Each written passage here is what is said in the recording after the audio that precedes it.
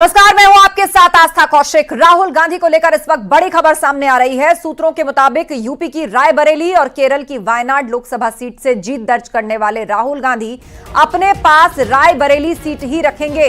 वो केरल की वायनाड सीट छोड़ेंगे। वहीं दूसरी ओर अटकलें लगाई जा रही थी कि प्रियंका गांधी वायनाड सीट से चुनाव लड़ सकती हैं, लेकिन अब तक वो वायनाड जाने के लिए इच्छुक नहीं है। आपको एक रिपोर्ट अब इस पर दिखाते हैं।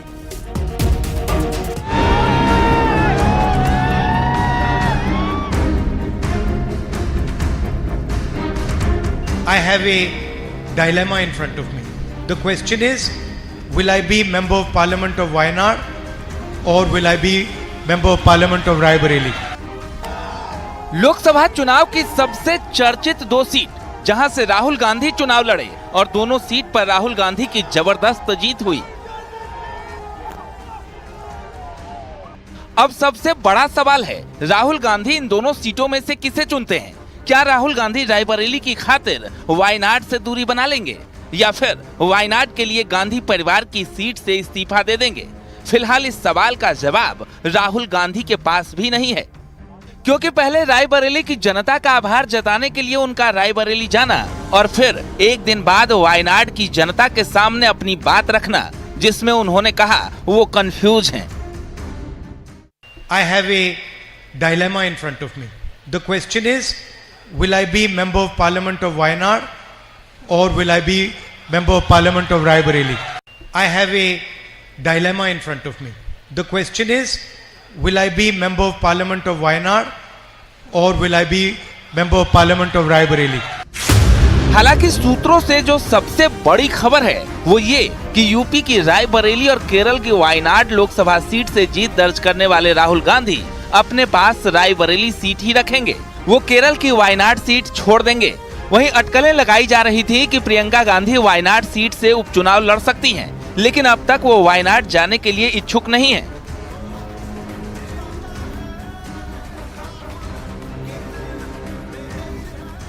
सूत्रों का दावा है और संकेतों से साफ है कि कांग्रेस के पूर्व अध्यक्ष राहुल गांधी केरल की वायनाड लोकसभा सीट से इस्तीफा दे सकते हैं, जबकि यूपी की रायबरेली सीट से वो अपनी सांसदी बरकरार रखेंगे। इसके पीछे का तर्क यह है कि यूपी से गांधी परिवार का लंबा सियासी रिश्ता रहा है। यूपी की रायबरेली सीट से राहुल गांधी से पहले सोनिया गांधी से पहले इंदिरा गांधी और इंदिरा गांधी से पहले फिरोज गांधी सांसद रहे हैं। लेकिन अगर रायबरेली और वायनाड की बात करें तो दोनों सीट गांधी परिवार के लिए जरूरी है। वायनाड सीट कांग्रेस का गढ़ है। 2019 में वायनाड से जीतकर राहुल गांधी सांसद बने थे, तो रायबरेली में गांधी परिवार का दबदबा है। यहाँ लगातार गांधी परिवार के सदस्य की जीत होती रही है। 2024 में भी वायनाड की जनता ने राहुल का साथ दिया, तो वहीं रायबरेली में भी आखिरी वक्त में नामांकन के बावजूद जीत मिली। वायनाड में राहुल गांधी ने अपने प्रतिद्वंदी को करीब 3,64,000 वोटों से हराया, तो रायबरेली में राहुल ने अपने प्रतिद्वंदी को 3,90,000 वोटों से हराया। ये फैसला तो खुद राहुल जी को करना है। दोनों जगह से वो जीते हैं, कौन सी सीट वो रखेंगे, कौन सी सीट छोड़ेंगे। लेकिन ये बात उन्होंने बिल्कुल कहा कि दोनों जगह की जनता उनको जिस तरह से उनको इतना प्यार मिला, वहाँ से समर्थन मिला, तो उनके लिए बहुत कठिन फैसला होगा कि किस क्षेत्र को हम छोड़ें। सर, लेकिन ये भी चर्चा है कि राहुल जी रायबरेली रहेंगे और प्रियंका गांधी को वायनाड से लड़ा सकते हैं। अब ये तो कहा ना कि ये तो उनको फैसला करना। यानी राहुल गांधी का साथ वायनाड की जनता ने 2-2 बार दिया, बावजूद इसके वो वायनाड सीट छोड़ने की जुगत में है। ऐसा इसलिए क्योंकि राहुल गांधी अपने परिवार की परंपरागत सीट नहीं छोड़ना चाहते। Bureau report, news 18।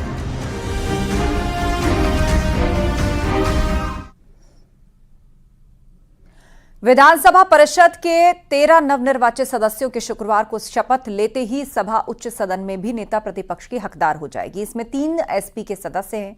नेता प्रतिपक्ष की दौड़ में एसपी एमएलसी जास्मीन अंसारी, शाह आलम उर्फ गुड्डू जमाली, राजेंद्र चौधरी और लाल बिहारी यादव आगे बताए जा रहे हैं। गुड्डू जमाली का नाम रेस में सबसे आगे है। गुड्डू जमाली मुस्लिम ओबीसी से आते हैं। जास्मीर अंसारी का नाम भी रेस में शामिल है।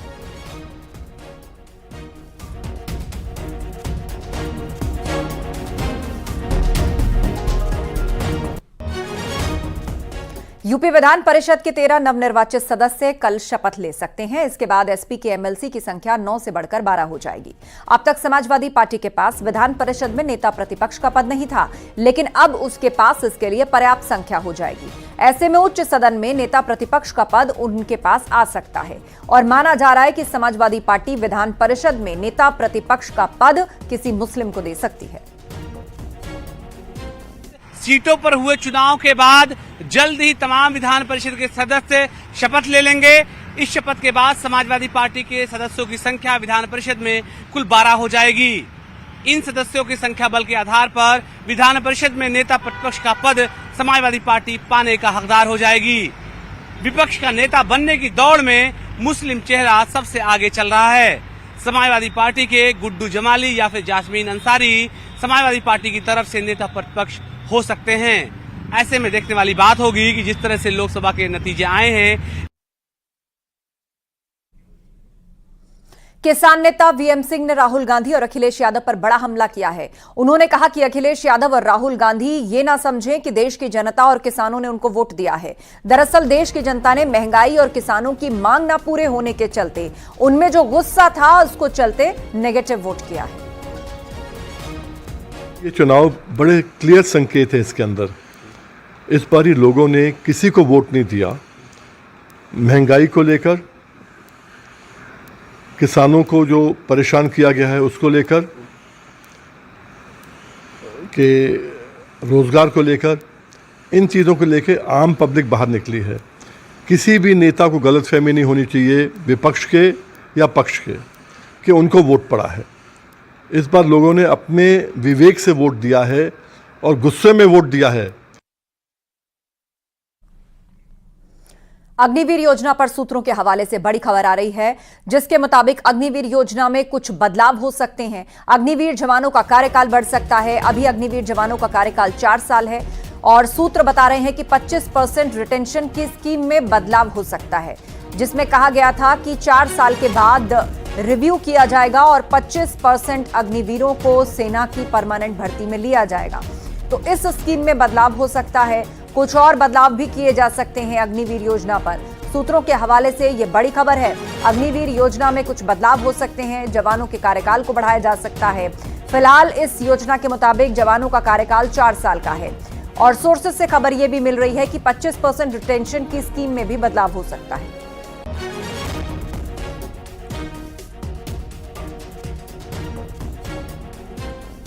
और अब बात उस खबर की जिसकी पूरे देश में चर्चा है। सुप्रीम कोर्ट ने नीट की काउंसलिंग पर रोक लगाने से इनकार कर दिया है, साथ ही ग्रेस मार्क्स को रद्द कर दिया है। एनटीए ने सुप्रीम कोर्ट में आज बड़ी जानकारी दी है। नीट में ग्रेस मार्क्स पाने वाले 1563 छात्रों के पास अब दोबारा परीक्षा का ऑप्शन होगा। 23 जून को परीक्षा करवाई जाएगी और 30 जून से पहले रिजल्ट घोषित कर दिया जाएगा। तो वहीं इस मसले पर शिक्षा मंत्री का भी बयान आ चुका है। आपको एक पूरी रिपोर्ट दिखाते हैं।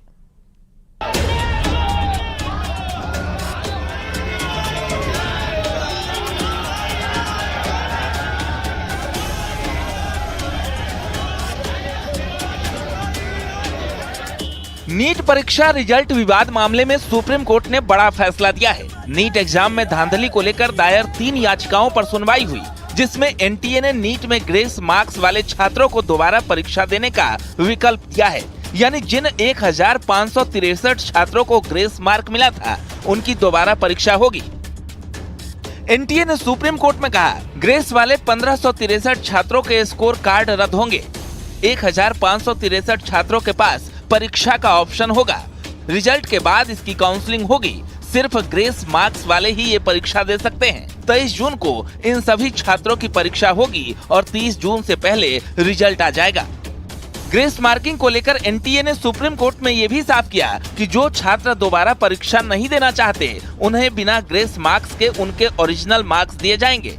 एनटीए के बयान पर सुप्रीम कोर्ट ने साफ किया कि एनटीए ने छात्रों की बात मान ली है। एनटीए ग्रेस मार्क को हटा रहा है। छात्रों का डर दूर करने के लिए फैसला लिया गया है, लेकिन हम काउंसलिंग को रोक नहीं पाएंगे।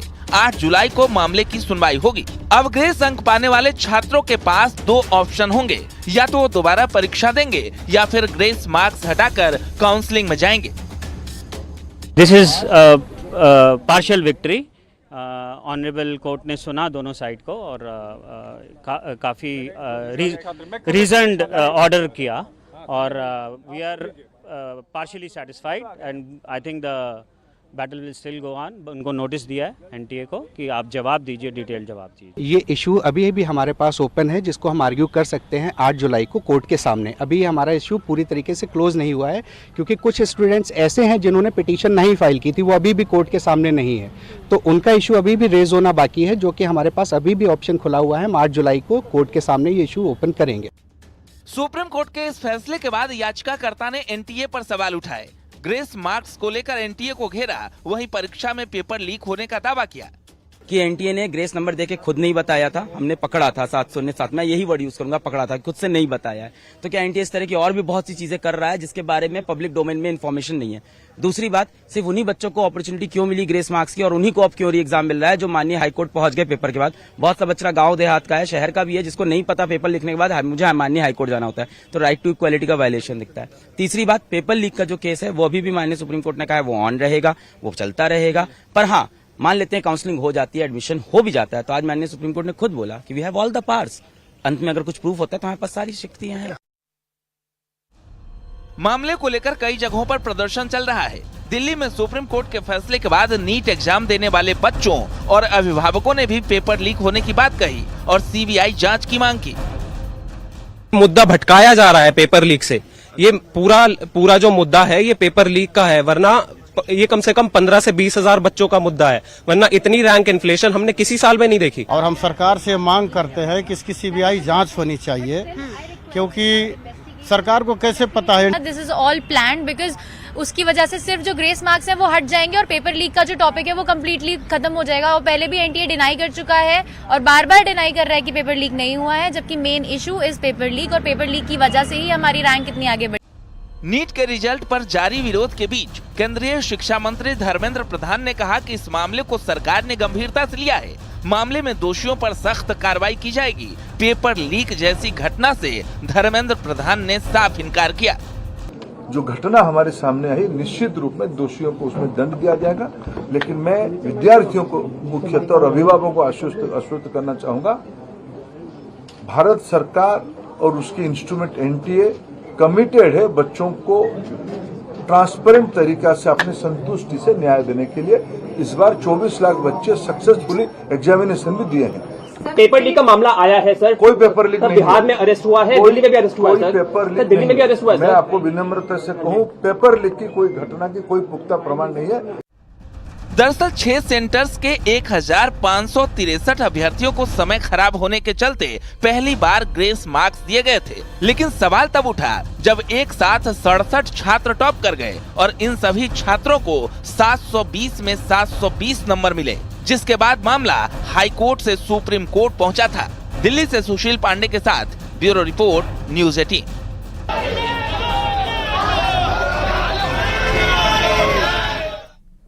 और रुकेंगे ब्रेक के लिए, खबरें लगातार जारी हैं।